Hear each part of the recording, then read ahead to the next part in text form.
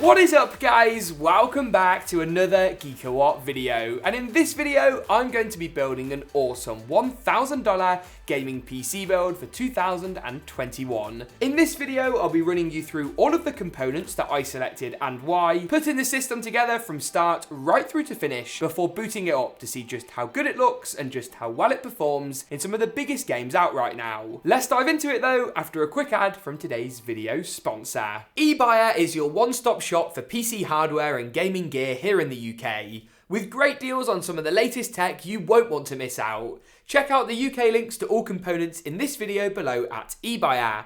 Plus, if you want to see more of me, take a look at their YouTube channel where I've been guest presenting a wide range of videos. From the latest tech to PC components and gear to supercharge your setup, check out Ebuyer using the very first links in the description below. Let's kick things off today by installing as many components as we possibly can into our motherboard. This right here is Gigabyte's B560M DS3H, and it means yes, we're going Intel for this build. Specifically, I've gone ahead and picked up the 11400F. This is an awesome chip that beats out the Ryzen 5 3600X and performs fairly close to the 5600X at a lower price point. This motherboard then is a great match for our Intel CPU, as while it doesn't support overclocking, neither does the processor itself. You still get support for the latest Gen 4 NVMe SSDs, 4 RAM DIMM slots for dual channel memory, and memory overclocking. It's just your CPU that's going to stay nice and vanilla today. We're going to install the CPU into the socket, and it's a super easy process. Locate the little golden triangle on the processor. On Intel, it is really tiny, and match this up to the corresponding triangle on your CPU socket. In our case, it's on the bottom left-hand side. Simply pull the arm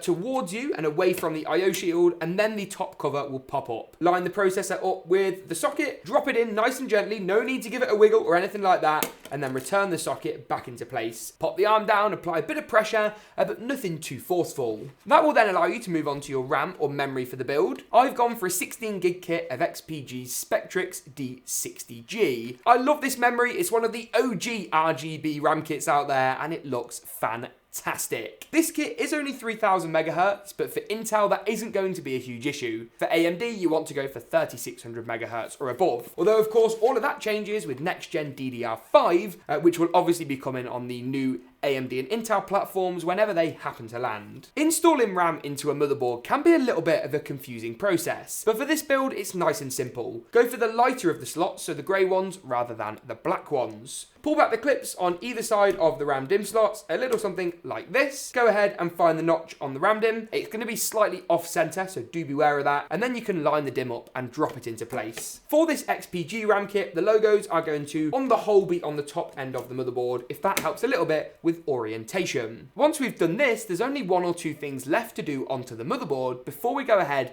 and pop it into the case choice for this system. And one of those is the M.2 storage. You might be a bit confused as to why I've got 3 drives. Well, basically, that's to give you guys some options. This board does support Gen 4 SSDs with 11th gen Intel processors, like Seagate's brand new Firecuda 530. This will deliver speeds in the region of 7 gigabytes a second. That's basically 12 times quicker than the fastest SATA drives SSDs we saw a couple of years ago, and basically 2 or 3 times quicker than a lot of the Gen 3 drives that we've previously looked at here on the channel. With that being said, there are more budget options available. There used to be the Barracuda 510, which you saw us feature a lot, but now they've focused the lineup to the Firecuda line. So if you want to save a bit of cash, go for the Firecuda 510. If you want to be a bit more spenny, then go for the Firecuda 530. Either are great bets. This is obviously the faster drive, but you will pay more for it, and it might go over today's build budget. But latest pricing and availability on all components can be found in the description below. Once this is done, our motherboard assembly is nearly there. I'm just going to do a bit of prep for the CPU cooler before moving this into the case today. Speaking of which, this is Deepcool's Castle 240. I've long been a fan of Deepcool's all-in-one liquid coolers. They have a really cool design with this nice sort of like RGB effect on the cooler that's actually implemented really well. You get some good fans included as standard as well, and they're amazing fittingly priced. With this being a more, not quite budget-oriented build, but not, say, a $2,000-$3,000 system, you may want to swap this out for something like a Deepcool AS500 or a Cooler Master Hyper 212 RGB Black Edition. But if you want to go for a liquid cooler, then this will work really nicely.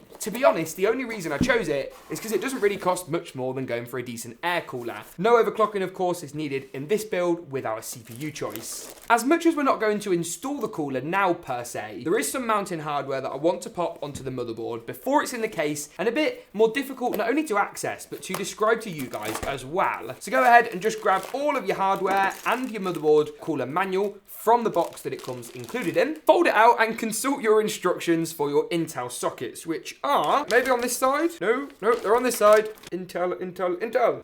These will tell you that you need to grab this backplate that has AMD on one side and Intel on the other. With the Intel side facing towards the bottom of the motherboard and AMD facing downwards, we just need to pop a couple of screws through this, a little something like so. Once you've done this, you can then apply the black plastic stoppers around each corner of the backplate, and that will stop our screws from falling back through, allowing us to slot the backplate assembly through the 4 holes at the rear of the motherboard as indicated. I promise this isn't actually as complicated as it sounds. CPU coolers are always a little bit of a minefield in a build like this one. With this backplate assembly on, the RAM and the SSD all installed, we can go ahead and move the motherboard assembly, as it's called, over into the case today. To do this, you want to first locate all of the holes through the motherboard. We'll circle these now on your screen, and I'm sure the video editing team here, who love doing this part of the video, will really thank me for taking so long with the circles. They have to manually track all of the individual circles, as we'll show you, so it's quite a laborious task. Remember where these are, because we need to match these up with the ones in the case. Specifically, this is the Deepcool CG540. Actually, a very simple product name for once, so I can't criticise Deepcool on that front. It's a case with plenty of RGB, some nice features, and a price point that overall doesn't break the bank. It may look a little bit unusual to pop a micro ATX board into a full-size ATX case, but this chassis isn't massive in all honesty, and this will give us some more room to work in. In typical GeekaWhat fashion, we're going to cheat a little bit, and we're going to unbox the case using a little bit of movie magic in 3, in 2, in 1.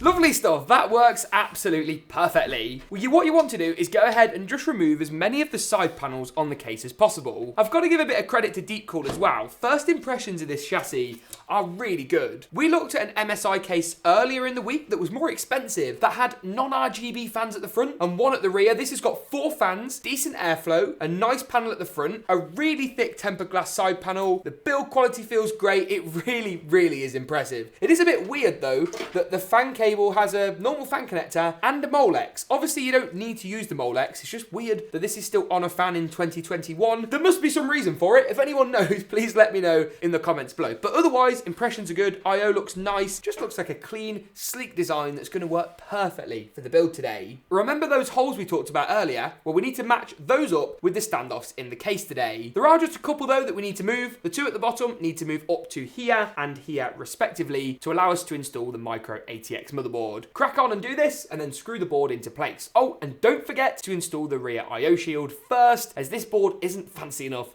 to have it pre-installed as standard. Once you've done this, the board's in, your CPU's in, your memory's in, and we can move on to finishing off that CPU cooler. In this build, I think what we're going to do is actually pop the radiator on the front behind the pre-installed fans, and then use the fans from the radiator kit to go at the top of the case, giving us not only 2 more fans for exhaust, but also giving us plenty of RGB to keep the system illuminated without spending any more money. That's one big advantage of going water-cooled in this system rather than air cooling, is those extra fans, saving you about $30 as to what you'd spend on some new RGB ones. So we're going to go ahead and screw this onto the front of the case, then install the water block onto the CPU. In order to install this, we're just going to take these brackets, which will actually install around our cooler, a little something like so, and then they will pop onto those posts we installed a little bit earlier. Thermal paste does come pre-applied, so you haven't got to worry about that. And once that's done, your cooler's in, and we can move on, not quite to the GPU, but the power supply first. We really are on the home straight of the actual build process today. That's coming along quite nicely and moves us on to the next component today, the power supply. Corsair's CX650F is a 650 watt 80 plus gold unit with a fully modular interface, keeping cable clutter to a minimum, and it's got RGB. So unnecessary, but still.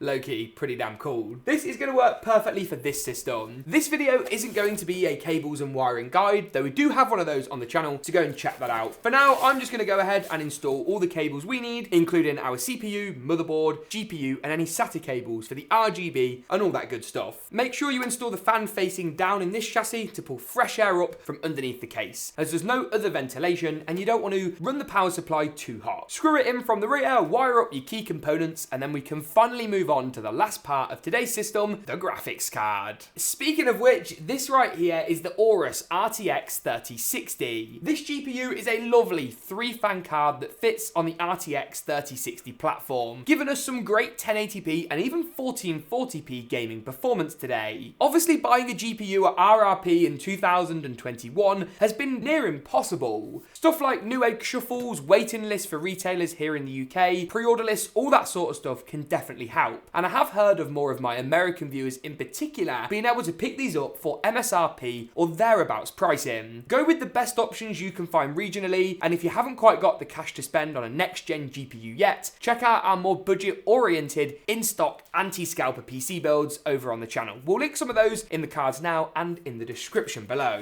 I love the work that Gigabyte have done with the AORUS brand recently. Not only have they created an awesome gaming brand, but also differentiated themselves with some really great products. The cooler on this card, for example, is fantastic. Includes a big metal backplate, a load of extra cooling, a really nice I/O, and a great design that also has a bit of RGB included behind the fans, which I know you guys here on the channel will love just as much as I do. It's also going to fit really nicely in the case today, giving us a really well-proportioned build actually. You can see here it fits with enough room for push-pull on our radiator if we wished, as well as plenty of airflow to keep temperatures and all that good stuff down. Let's go ahead though, just tidy up the cables, get those side panels on, and install the GPU. Once we've done that, we can boot the system up to see how well it performs, but first, how good it looks in typical GeekaWhat style with an epic glam montage. I'll see you in a second, but roll that montage.